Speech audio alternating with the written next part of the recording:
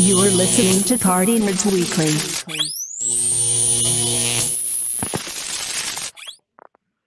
What's the word, everybody? Welcome everybody to another PartyNerdz podcast.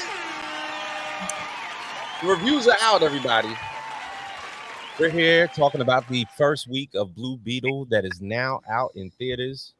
I'm here with another illustrious panel. We have Ed, Ralphie, Patty, Haas, the evil producer himself, Jorge, and we're here to talk about the main man himself, Jaime Reyes, and how we feel about this new era in DC. So, to get to it, I mean, I first, without spoiling anything, how is everybody's thoughts of the movie? Ed? Positive, 100% positive. I had a good time throughout. Okay, Ralphie? First off, you see, I got props, right? And then I just want you see this? You see all of this stuff? Yeah, this is Flash. My man. Damn. Tell us how you make it feel. Damn, That's hold exactly on. how I feel. Blue Beetle. I feel it. All right. Patty, how you feeling? I loved it. I thought it was hilarious, very heartwarming. I love the family dynamics, so I really enjoyed it. Haas?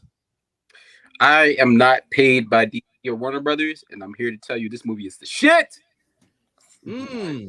James, I'm still watching the movie. I got 5 minutes left. You are horrible. I swear to God. Yeah, all right. Now if you're hearing this man correctly, he is watching it at his house. Which should tell you everything. and no, that's right. And this movie is supposed to be for the Latinos, and a Latino is over here stealing the thunder. We work 12 hours a day, bro. 12 hours a day and bootleg videos. Can't even culture. Can't even support your shit. Can't culture. This is what we've been waiting for. Wepa Nation, baby. Jesus Christ. I can't take it. I can't do it. I can't.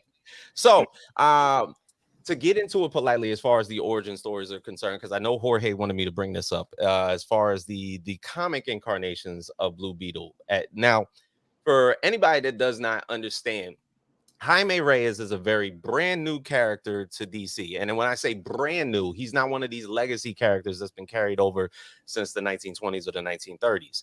Jaime, of course, was brought to the forefront in 2004. The character of Blue Beetle itself has been in existence since the 1970s. This is the third incarnation of the character. The first one was Dan Garrett, and that was with Charleston Comics back in the early 1970s.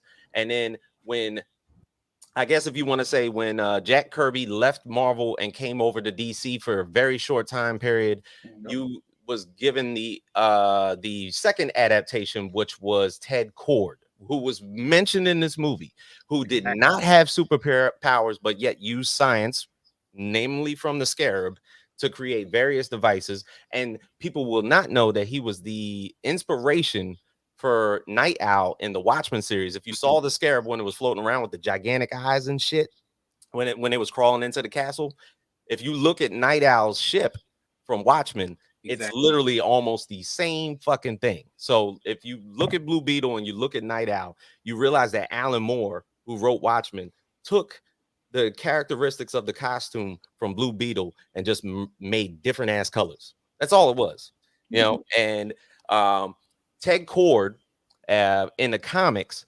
was basically, he's a multiversal character. So he died in the prelude to Crisis of Infinite Earths. The Scarab was then let loose. Jaime then picks it up, and he is the first one to actually merge with the Scarab itself, which then created the character of Blue Beetle being almost in a symbiote fashion with Jaime Reyes. Yep. So that's just the simplicity of there. Now, he finds correspondence and a best friend in Booster Gold, and he finds a mentor in another James Gunn delivered character in Peacemaker. People don't know about that. So the fact that Peacemaker is also in this universe, and there's a sort of mentor quality that's going around, of course, with Blue Beetle and Peacemaker, two kind of like on the same playing field now that James Gunn is now a part of DC. Yeah, kind of in good hands. But to go forth, the the Latino culture element, I'm sure, played a big part in this as far as family culture was concerned.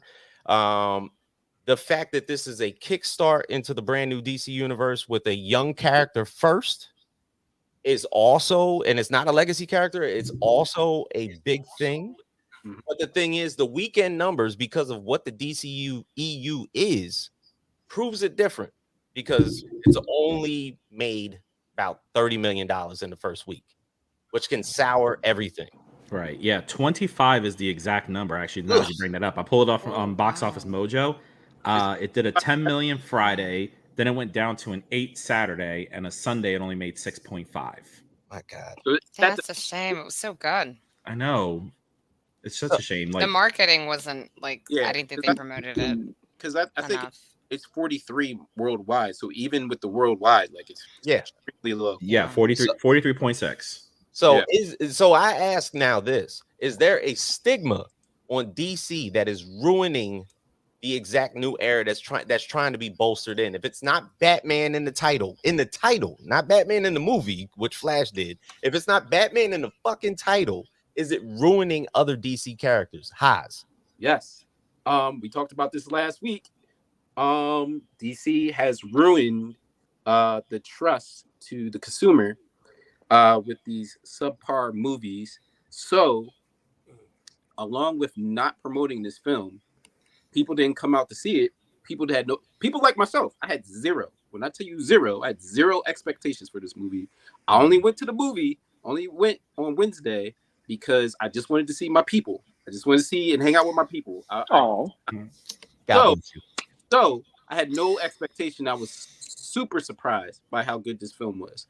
So, but I'm one of the few that actually caught it. So people decided to take this movie off. It was like, we're not coming to the movie to see this. We'll wait for it to come on Max or whatever. Like nobody was coming to the movies for that. They put their marketing into The Flash, knowing it was a very flawed movie. And because they wanted to go with the name The Flash, and they had a couple Batmans and stuff like that, like they wanted to go with the you brought it up a bunch of times, the legacy characters. Like we'll just use their name, and regardless if the movie is good or not, we'll make money off of it. But what they should have done is realize, hey, we have a gem right here with this Blue Beetle character that not a lot of people know. We should probably throw some marketing dollars into this film because people are going to enjoy it. And they didn't do that. They went with the big guns. So that movie flopped in a major way. Mm-hmm. The consumer, the fans, they did not want to come out to see another piss poor movie. And it's fucked up because this movie's good. And people are missing out. So it might get like a slow following as word of mouth get out there. But that's what it is. It's the failure for let's say 7-8 years, maybe 8 years of DC films that just disappoint everybody and they're just tired of it. It's true. Now, if I'm looking at the comment section, somebody basically brought up, do you think that it will have good replay value? Now, if you like a movie, you probably go and see it maybe like another 2 or 3 more times. Does this have inevitable replay value for everybody to go see it more times? Patty? I think it does, because, like I said, the family dynamics to me was huge. It wasn't just the journey of the main character who can't relate to, like, I can't get a fucking job and I just graduated from college and he's trying to make it. But you also got a window into, like, his father, right, who gave up his dreams just so his children can pursue theirs. He's trying to save the family from losing their home, right? Uh-huh. And you get a window into the grandmother, right? And the crazy life she led, that's more towards the end. I think that's where the replay value, at least for me, would come in, is that I really enjoyed like his family and like their interactions and dynamic with each other. So at least for me, I would definitely see it more than one time. Good. Now, Ralphie, how did you feel as though these villains were portrayed in this movie, man? Was it dope? I felt like the villain aspect was different, to say the least, because obviously, like with most villains, origins, it's like it's somebody that they kind of grew with, where it was like, you know, it's obviously like the other side of the predecessor. This one was kind of like, oh, he was just already bad, and that's what you're supposed to, you know, understand until you got into the film, and then kind of like you understood with the Blue Beetle and the Scarab and how they connected, how it was able to connect with this other person that has that same ability to go back into like your life and understand like, wow, this person had a really like messed up life. So it was like, it gave you an essence of not necessarily like hating the villain. I actually, you kind of like enjoyed the villain because it was like, oh yeah, you getting this work as well too. But then you also got that emotional sense as well too. And that was like kind of like another thing why I loved the movie, because it wasn't like I hated the villain or more or less, or it's like, oh yeah, let's go, you know, Team Red. But it was like, wow, like I can kind of connect with this villain on why are you like this? Why did you get molded into this, you know, this person? And let alone like, you know, why your ending came about as well too. Like I loved it. Like I loved how they portrayed the villain as well too. Yeah, Albert, I see you saying the That's villain not gave. far off. No, that's not far off. It's not. Whiplash It's from not. Iron Man Because I 5. thought that as it was happening, once he did that, I thought the That- same thing. Oh yeah, No, that- Albert, you're on That's the one right track. particular part that like threw us off. Yeah. Now I'll talk to you, Edward, for the cultural significance of this. There was Yes. a lot of Spanish speaking stuff going on happening here, man. So as far as what it brought to Mexican culture, Palmyra City, even though Jaime Reyes' origins are in El Paso, Texas, he's right on the Mexican border. They might have like, pivoted this shit to like California. That's the way. I got like, it's funny when you bring that up. I got almost like a Neo Miami vibe from the city. Oh, yep. That's what it felt like to me. And I think that of course, you have the outskirts, like almost like the way the city where Jaime and his family lived was like their own version of like Little Havana, but on the far, far outskirts of what Miami was supposed to be. That's what I got from Palmyra City. But to answer your question about the cultural aspect of it, I love that. What I loved about the movie, and I think Patty touched on it a little bit, is that for the earlier parts of the movie, before you really got into Act 2, when he, you know, merges with the Scarab and has that symbiotic relationship with it, it felt like a movie where like I felt like I was at home. I felt the relationships with my family, my grandparents, a lot of the music, the soap opera, the telenovelas, of course, the culture, everything felt like I was at home, and I felt more of a bond with the relationship for the Reyes family with the parents, the grandmother, the bratty sister, of course, and then that one weird uncle that's always into weird shit and is a conspiracy theorist, which is hilarious. Like that was good. It was so good. Everybody has that uncle. Yeah, everybody has that uncle, that comic relief uncle. But I think that's what really drew me into like the life of Jaime Reyes more than anything else, was that his family and family in general was a specific touch point throughout the movie. And I saw a fun fact on IMDb's website. The transformation scene was explicitly meant to take place in front of the Reyes family because we're loud and boisterous, but family is the most important aspect of our culture. And, you know, you're in this, we're all in this with you. And I think that really kind of resonated throughout the entire movie. Like every scene, this one family, throughout every single trial, tribulation, everything, they stuck together no matter what. They did everything. That's what I loved about it. And I think ride alone. I'm like, bro, they are shooting at y'all, man. No, it was the ultimate ride or die throughout the entire movie, and I love that. And of course, we'll touch more when we get to the ending, obviously, with how, you know, with Act 3. But at least in a broader arching point, the concept of family was what drew me more into the movie more than anything else. And yeah, it's a shame. I know that they touched on family being a strength in some of the trailers and a lot of the main trailers, like family is my strength, family is not my weakness, as he's confronting the villain.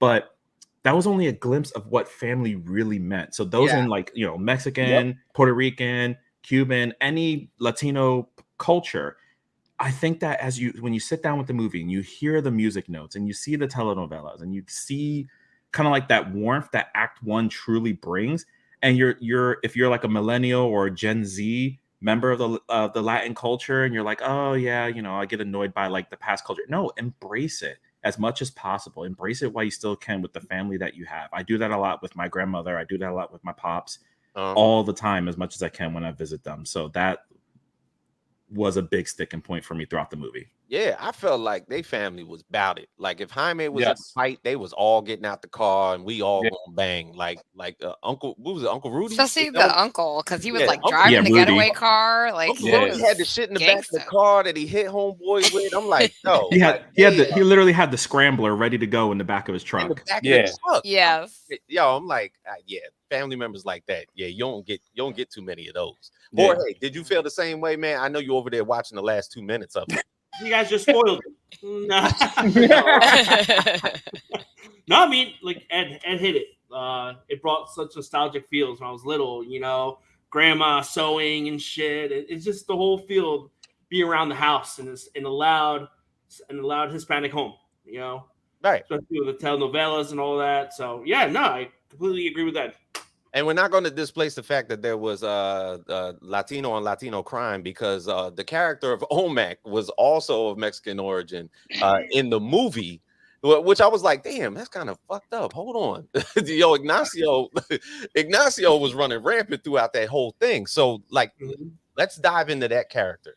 So, Ted Korg, they retconned this a little bit. So they pretty much gave symbolism to the fact that Ted Korg had passed away, and pretty much his various tools and his science-driven ways built the villainy for which was the creation for Omac in the beginning, which was then translated into the business transfer that went to his sister. And then she tries basically, I guess, maybe a decade down the line to try and reignite the OMAC program, which is the one-man Army Corps. Now, the one-man Army Corps villain, basically his character set was another character from the 70s, another character that basically when Jack Kirby had some creative differences with Stan Lee at Marvel and was like, yo, I'm out of here. And he joined DC. A few of the first couple characters that he started to design were one, Mr. Miracle. He did all the New Gods characters, and he did this 1975 piece of Omac. Oh. So this is a 1975 comic book, Omac number 4. Wow, look at that. Ooh, that's pristine. Pristine, yes. So it's a cyborg character. It's basically when a lot of comic books were about military propaganda and everything like that. So they were trying to create a lot of like super soldiers, if you want to say per se, if you want to give that Captain America type swipe. This is after the Vietnam War. We have to basically start promoting a lot more of our military because there's a lot of hippies out there. So we got to we have to create characters that are more about the military industrial complex than they are about peace and love and all this other bullshit. But uncertain characters like this started to come out. So when Kirby joined DC, he started to put those type of characters together. Now, didn't prove any reputable harm. They just wanted to basically give the new age of comic book readers, whether they were kids or adults, this type of comic book that was coming out. Now, no, this wasn't like something that basically like hit like a rocket. It didn't. You know, there was actually a few incarnations of this. Actually, the latest one was like in 04, 06 with the OMAC project, which was basically Brainiac giving nanotechnology to Lex Luthor, and note there was LexCorp in the background of Palmyra City. So Brainiac giving nanotech to LexCorp, and they were creating the OMAC project, which was giving one-man army corps to like just to literally transfer in with the entire army. So don't know if that's going to pop up later on, even though LexCorp's building was literally in Palmyra City. So there was a LexCorp building there. But ultimately, what you think of the villain, Haas? What you think of Omac and Mrs. Cord, or Karen Cord, as I like to call her? It was I mean, she was, I'm not going to use the word menacing, but she was definitely she was definitely an evil character. She was Jealous, very jealous, Determined. very, very determined, and overall, the villain side with both of them, I get a lot of Iron Man 1 vibes. Okay. A lot of Iron Man 1 vibes. Matter of fact, the story itself Yes. is Iron Man 1. Like literally. Do you really think so? Everything is Iron Man 1. But that's what we wanted, right? So that they can Yeah. make a perfect Yeah. So Oh, everything's Iron Man 1. So let's go down it, right? So you have now some of the like obviously like Jaime wasn't his company, so he's not like he's not exactly Tony Stark, but I'll take y'all there. So you got the company, Ted Kord's company, right? Kord or whatever. You got the company, and now the sister-in-law, she's running it. She's doing evil shit. And much like Iron Man 1, they wanted to use tech, and sell weapons, they wanted to sell the weapons to, multiple people to get into weapons business, stuff like that. So they wanted to use the tech to build their own army. That's what they were doing. We've seen that in Iron Man 1. And Blue Beetle, much like Tony Stark, the Blue Beetle emerges with the bug. He has this suit now. He has all this tech. He has a built-in AI. Like Tony Stark developed the AI. Jaime, he has an AI technically with the bug. The bug is talking to him, guiding him throughout the way. They have to work together. There's this little struggle with who's going to run the show, but eventually they get it right. But he's doing all these crazy things with his tech. He's flying around. It's cool. Like, it's literally Iron Man 1. It's literally like, if nobody saw, like, back in 2008, not a lot of people were into Iron Man until they saw the movie, right? So kids especially, like, once they seen the Iron Man, they got big on Iron Man, and Iron Man became popular. Now this movie, not a lot of people seen it yet, but I'm sure more people are going to see it as the weeks go by. And especially when it gets out on Max. But kids are going to really take a liking to the character. One, the character is younger than Tony Stark, so he's going to be even more appealing to a younger generation. His tech is awesome. It's cool to look at. Some of these kids have already played Injustice, so they already seen Blue Beetle and saw what he does, so they can relate to it. Like, so there's things to it, but it's definitely like the story of a company going corrupt by the wrong people, and the right people meaning Ted Kord's daughter taking the company back and righting the ship and not dealing with weapons of mass destruction and guns and whatever you want to call it, war weapons. They're not going to do that anymore. Much like Tony Stark declared, we're not dealing weapons anymore in Iron Man 1. So it's basically the same movie, a little bit a little bit different, but it's basically the same movie. And to me, it does the same result. Like, it is a good start to a new DCU. It's a good start. It should open it up. It should, if people take the time to go see it should open everybody up to, like, all right, this shit might actually be started in the right direction now. Yeah. And with James Gunn behind it, now after this movie, because he didn't do this movie either, but now that it's in his hands for real, like, everything we see now is James Gunn has his hands in it, right? So we might be in a new field of quality movies, hopefully, and this is a good start. So regardless of how much money this makes, I know DC and Warner Brothers, they're looking at the numbers and like, this sucks. But to me, the customer, the fan, and all that, like, the quality of this film was very surprising. It was very good. Yes. It franchise. This, like, Blue Beetle is going to become a franchise. Like, it is on the verge of becoming very highly of this. I'm with. No, I agree. Like, I want to see the sequel. Like, it made me want to go back and see it. I thought. Listen, I thought in 2008, coming out with Iron Man first was ridiculous. Because I was like, who's gonna go see Iron Man? You know what I'm saying? I'll go see Iron Man, but I don't know who's gonna see Iron Man. Like, I don't. Nobody talks about Iron Man. When I was growing up, nobody cared about Iron Man. Like, nobody did. Like, I cared about it because he had so many different suits. Like, I thought that was intriguing, but not anybody was talking about that. That's all Marvel had in the palm of their hand, though. They had Iron Man.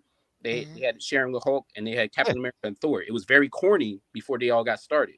But like I said last week, they developed trust with the consumers, with the fans, and through 5 movies, basically, they got to the Avengers, right? And then shit hit the fan. So you're looking at Blue Beetle. They're going to have to hit with the Superman legacy thing.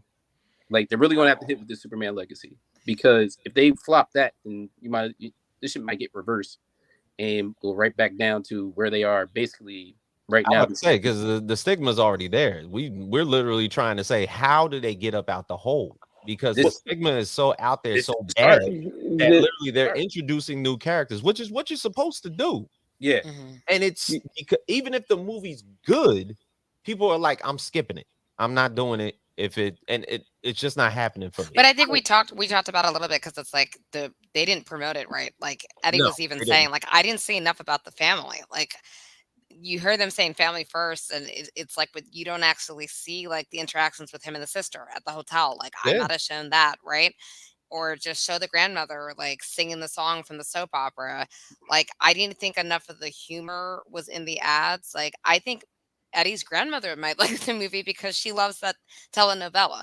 So I don't think like that part of it kind of came across in the promotions, and it kind of, you're just sitting there like, well, what's the movie even about, right? Exactly. So I think if they want to get that goodwill back, they've got to promote the material better, because this was actually a good film, but the commercials kind of didn't really get that across, in my opinion. So and kind of, James, you said it in the beginning when you were discussing about like how these legacy characters, you know, did this kind of like hinder, you know, new characters and stuff like that. Like, the fact of the matter is you kind of just stated it right there. It's like, yeah, this is a new character. Again, the promotion should have definitely been there and all this types of stuff. But then it's like the moment that you mention like, okay, here's another Superman movie, it's like, Jesus Christ, here's another like a Superman movie again. Like, I gotta go through this. Like, if you would have if DC would have just taken that aspect, that time to just like, all right, let's give the essence of this one, the how we were kind of discussing in the other podcast of, you know, let your flower grow. If it's gonna be trash, then let it be trash, like they kind of did with Flash. But like, let it grow, give the same energy with this one, and hope for the best. Because Iron Man 1 did start slow. It didn't come out right out the gate, and it was pretty much like a hit from jump. It started slow and it started to build up, and then it wasn't until people got to the end of the movie and realized, be like, oh shit, there's connectivity involved, is when it started to really fucking go. Yeah, there's a post-credit scene and they're forming up with everybody. Like Nick Fury's starting the Avengers. This is how this is gonna go. But Ed, how did you feel when Abuelita basically revealed herself as working for the cartels back in the day when she heard the word tunnels? The best reveal, the best plot twist I've seen in a movie in a long time, to know that, like, as soon as that happened, I was just like, what the hell is going on? Like, as they're arming up and everything else, they're in the scarab, ready to go. And everybody turns around and she's got the Gatling gun, like she's done this before. And she starts having flashbacks, and she's like, look, she's like, I've been through these tunnels before. I'm like, how the hell did you Mexican Revolution? Like, she was a straight up Mexican revolutionary. I was just like, up like this. I was like, what the hell? Who, like, when did Che Guevara's spirit like inhabit your body? What the fuck happened, man? But it was so hilarious throughout the entire movie. Like, every scene she was in after that, where she was just like, look, I got you. And all of a sudden the soldiers come in and she's just like ready to go, like, and she starts spraying everywhere. I'm like, oh my God. Yeah, She's like amazing. She's the role model that I never knew I wanted. Oh, When yeah. she- See, it's dropping the hair down. That was so great because it was like slow motion. It was like, when she grabbed the Gatling gun for the first time, it reminded me of Vasquez from Aliens. And I was like, yo, is she fucking killing shit right now? Yo, she's taking people out one by one. Oh wait, Eddie, the chancla. Wait, we gotta read that comment. Throw that comment up. Oh, absolutely. Doesn't matter. Like, any of these weapons right here, as Eddie puts in his chat, in his message right here. Yeah, that's 100% true. A chancla can be as sharp and stinging as a fucking bullet. But this is the thing. It wasn't a chancla because it was the uncle, and he threw his Timberland or his Wolverine at his ass. He did a Wolverine boot. So he even said, did the family aspect feel tropey? It didn't. No, it absolutely did not at all. It wasn't forced. It was like so real. It was honestly, it played the background. Right. It was a natural aspect of the movie. But it was like seamless. Like it wasn't contrived. Like there was a scene, you guys were talking about how much the family set up for Jaime. There's a scene where like the bad guys, right, courts show up at his house and they want to know where he is. And there's guns trained on his family, the grandmother, the mother, the sister, and the father. And the father goes, don't tell them a thing.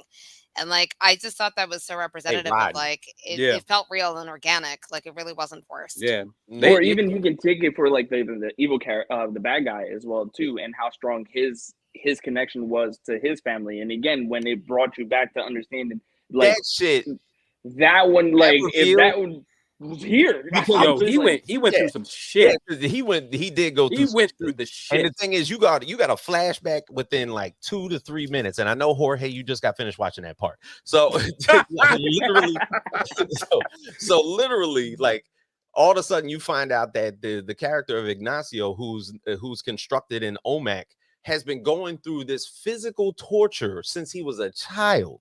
You know, and like you start to understand, even though he's like a henchman at this point, he's been a henchman the entire movie. He starts to have a pivotal piece in this entire shit and has a revelation because he starts to remember everything that's pretty much happened to him. And just end shit. Yeah, just end it all. Yeah, just end it all. They're like, nah, ain't nobody living through this shit. Yeah, he dragged her ass to the fire. Like no, I'm about to blow up. Like a fucking G. Like, what an ending. Yeah, but inevitably, like you're looking at it, and there's a lot that you could do to play with this. It felt open-ended, and I'm sure that a lot of people felt that way because, you know, there was pretty much the villain had been wiped away. Jaime Reyes like pretty much saves the day. It looked like a one shot of a comic and everything like that. So it was like a day in the park, and then you just go on to the next issue. So it's open-ended because there was no revealing of something in continuation of how the character would go. So there's all those things that you could throw around. Now, we don't know what the next DCU movie may be. You know, it could be Superman Legacy. It could be Brave and the Bold that they're going to do with Batman. It could be Superwoman. Wait. Shouldn't it be Aquaman? Oh, Aquaman 2. I'm sorry. Is the next one. I'm sorry. So it's another one. Oh. Yeah, it's another legacy character. You see the attitude. Yeah, but the attitude. Wait. Yeah. All right. I get it that Aquaman technically is a legacy character, but I don't think he's strong enough. He's not strong enough as a character in the movies that to save the DCU or anything like that. They just need that movie to be good. Right. And that's true. And the thing is, Aquaman that we talked about is the last DCEU movie that did over $1 billion. Yeah. So James Gunn basically did his thing on the first one. Yeah. Could he create a whole new second act? But the thing is, DC lately, since Aquaman, has not been great. No.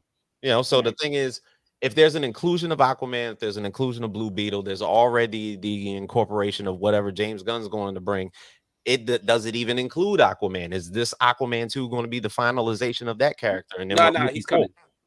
So it's like, he's don't know. He's moving forward. You know, Gal Gadot seems to think that she's coming back to the DC. Yeah, apparently. All of a sudden, James Gunn was like, "Nah, bitch, I ain't."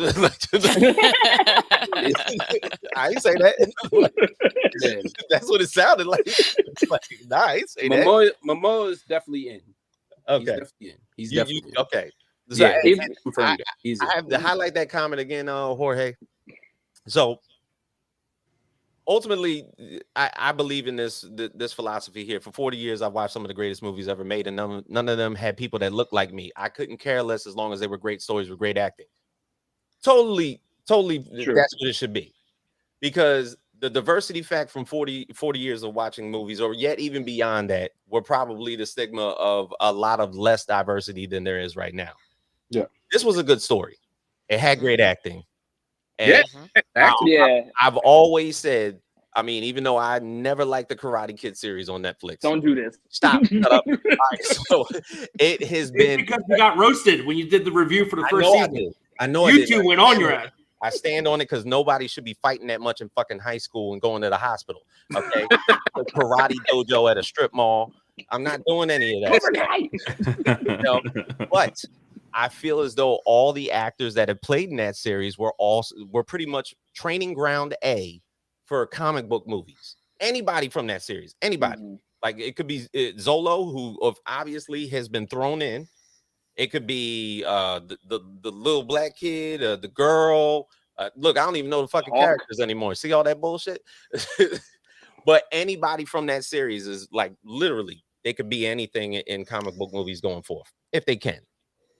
That's yeah, I give a lot of credit to Xolo as well too, because again, kind of to what has my expectations for this movie, like I said, was not at all. But my expectations for at least Xolo, I knew he was going to again take this role and really make it like his own pivotal, and especially with the action in there. I was sitting next to Ed the entire time, and all he could hear was me yelling "Cobra Kai." And that was the type of thing, because it was just everything was just so great. But like I said, it was just acting really played an amazing part. And as much as as much as some other people might hate, George Lopez, he was phenomenal. He was awesome. He was phenomenal. Absolutely amazing. You know what I'm saying? So great. So you have to you take that cultural aspect, but you also take again the art of it, and you could tell that these actors was like, we're gonna make a great film. We're gonna mold it. We're gonna, give these people like a DC film that they definitely deserve.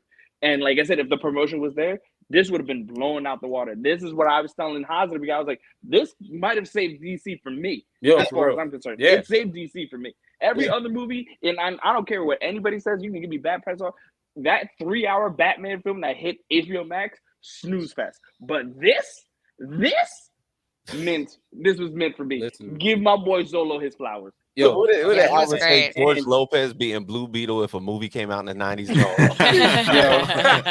Yo, great content. Yo. Bro, that's straight to hilarious, yo. Not even straight to VHS. They gave him a truck at the end of the movie. He ain't even say thank you. Yo, he was just yeah. That's in character though. That's how it's supposed to be. That truck got that for me. He was like, that's kind of right. It's kind of right on the nose, ain't it? Like with the blue truck and shit. Like, yeah. Oh man.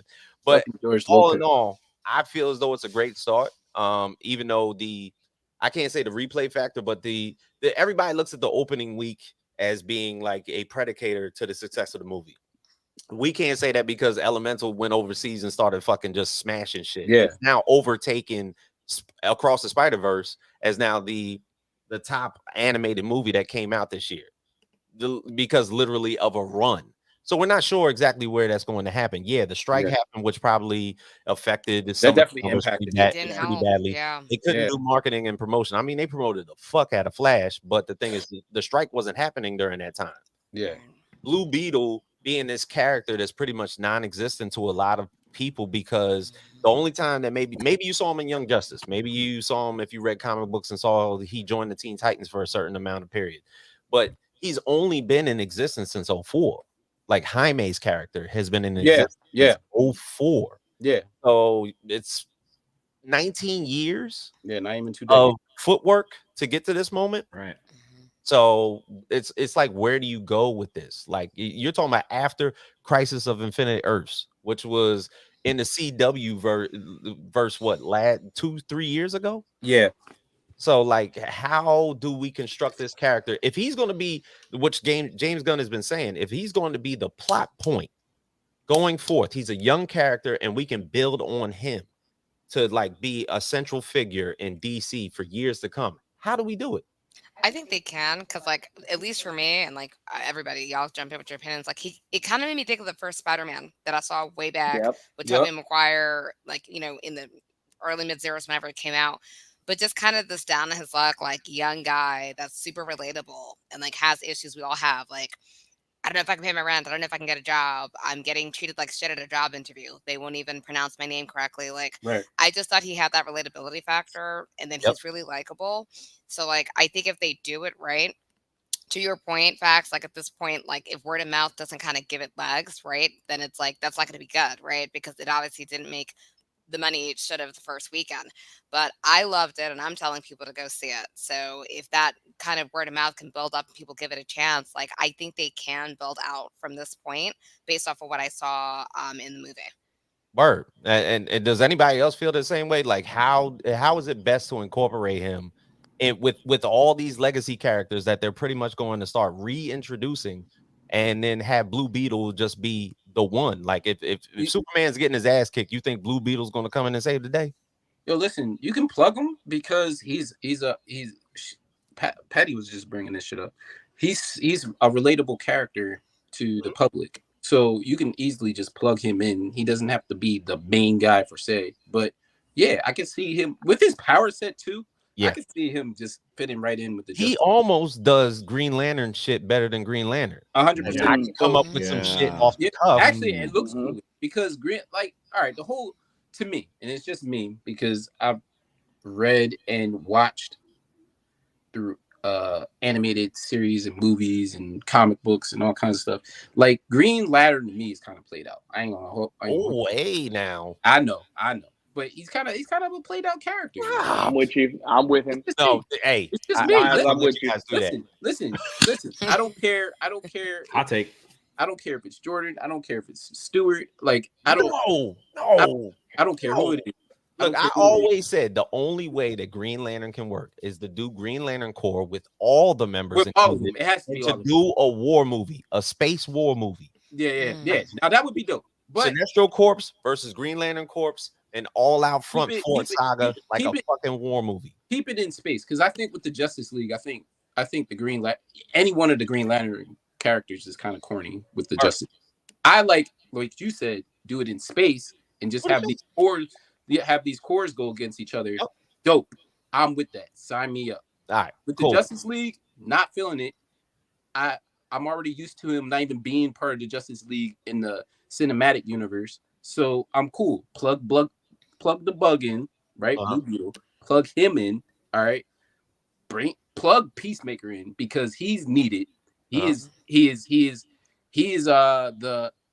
the comic relief that is needed in that universe. So he needs to be plugged in and then just start adding characters that flow together correctly. That's it.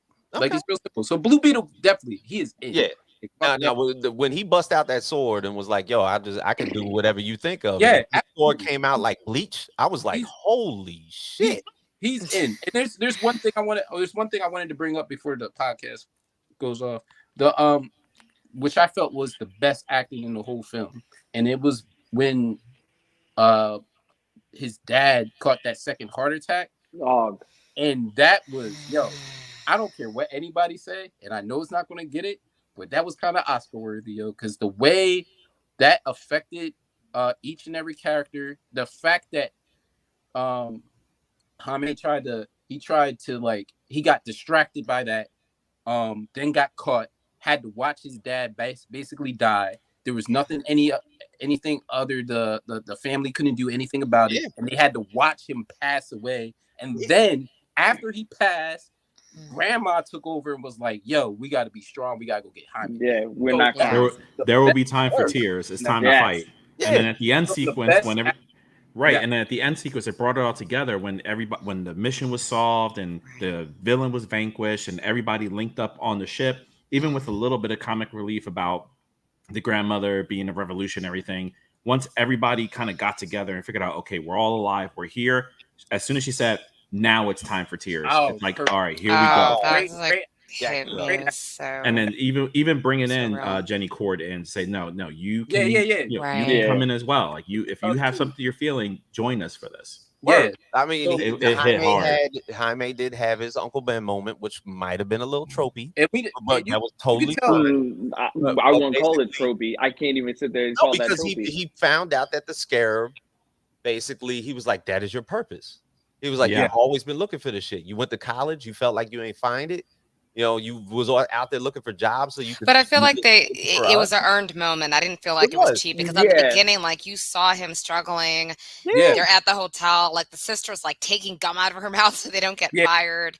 Like I don't know. I felt like they kind of followed that plot line through. To even take it another step, because again, like I said, I can't even sit there and allow like the tropey thing to kind of like be settled in, because again, the acting was so superb. The moment that the father and Jaime, like I said, were in the like whatever that afterlife, in that little portion right there, you remember like in the beginning of the film, they had a sit down moment. They were sitting there like, your I do this because I have to, I did this because it's the love of my family. I wanted to do this.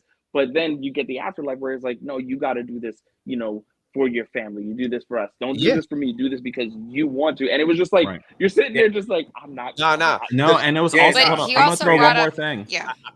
He also brought up the fact that this was my purpose. My purpose was to be in this specific moment to tell you to go forward and push forward. Let me go. I will always be here for you, but you need to go forward. I'll bring up another factor in that as well. The mom putting a hand on his chest, talking to the Scarab as well as Jaime. And then the Scarab started speaking Spanish. Damn, that was this movie. I'm trying to tell. No, they were so. I was gonna say really quick though, like if you even remember the part where Jaime talked to George Lopez, and he was like, "You do this whole lovable loser, tattooed, crazy, but like you're not a loser, and like you also have a bigger purpose." Yeah, like, he got a job at the end. Yeah, like it was really tied in well. I thought he did. Got a new car, got a job. Yep. Everything. What's great about that film, Blue Beetle. Don't tear that up. Don't tear that one up. Also, I just found out the voice of the Scarab is Becky G. I did not know that. Wait, the reggaeton artist? Yes. Yeah. Becky G. Fuck out of here. Word. Yeah. Oh man, we're finding out. That's smart. It's good for promotion. She'll promote that show over Instagram. But guess what? Reggaeton artist, Power Ranger, and now she's the voice of the Scarab. Because it's a struck work. You know what I'm saying? There's nothing that we could do as far as struck work. So Becky G can't even get on TV and say, "Yo, this shit was amazing," right? Or y'all should go see it. I'm the voice of the Scarab. She's not even telling anybody that because she can't. But inevitably, I hope and pray that a show like this, a movie like this, holds up, and that people see it for what it is. Hopefully, in the next couple of weeks, if not later on, like a couple years, be like, "Yo, Blue Beetle was actually fucking dope." Because it took for a while, like if you're talking about the Iron Man 1 vibes, it took for a while, but like, yo, Iron Man 1 was really fucking good, and that was a classic. And we got to give it the right of exactly what it is, because people have to understand exactly, that how good it was. Yeah. So if this movie bolds out to be that way, maybe they tried that family aspect with Shazam, but now you got somebody like Blue Beetle who has a family that fucking rides for him. Like, they're basically going to battle and themselves. They feel like Jaime. They're believable. Like they're lived-in characters. Like you don't feel like it's cardboard cutouts. Like it's real. You do not. You feel feel like characters. They're characters. I've been around those characters in real life. Grandmother, Eddie. Like literally. Like if you get into a fight and your cousins get out the car, be like, "Okay, we fighting." You're like, that's how it's gonna go. Yeah, that's absolutely them. But I will say that this was an excellent panel. And I feel as though everybody needs to get out there and watch the please go see it. Give it a chance. It was so good. For a movie, I want to say this. For a movie that was only supposed to be on HBO Max, and then got the green light later on in production to say, okay, fine, we'll put it in theaters. Go support it and love the story. I'm going to see love it this the weekend in movie characters. theaters.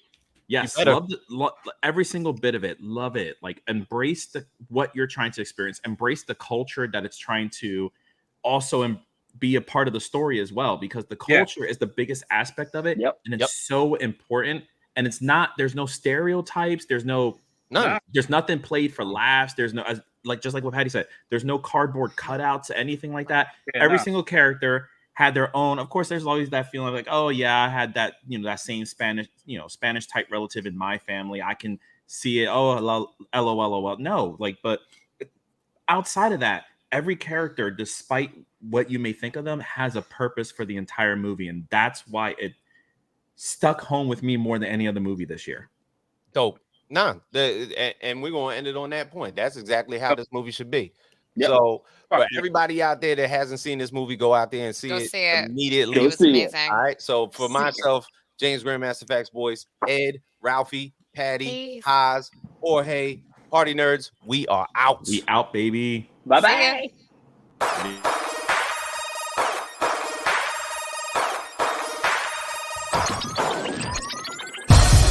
Party nerds, party nerds, party nerds.